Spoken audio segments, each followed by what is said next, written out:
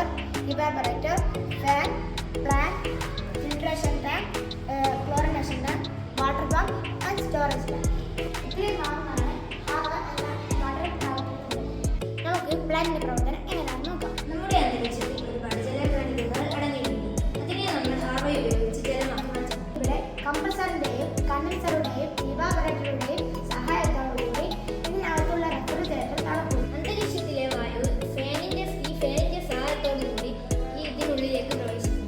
പ്രവേശിച്ച വായു തണുത്തിരിക്കുന്ന ഇവാപറേറ്ററിനെ തട്ടി വാതകാവസ്ഥയിൽ നിന്നും ദ്രാവകാവസ്ഥയിലേക്ക് മാറും. വാതകാവസ്ഥയിൽ നിന്നും ദ്രാവകാവസ്ഥയിലേക്ക് മാറിയ ജലം ഫിൽട്രേഷൻ ക്ലോറിനേഷനു ശേഷം വാട്ടർ പൈപ്പിലൂടെ ജലം സ്റ്റോറേജ് ടാങ്കിലേക്ക് ഇതിനാവശ്യമായ വൈദ്യുതി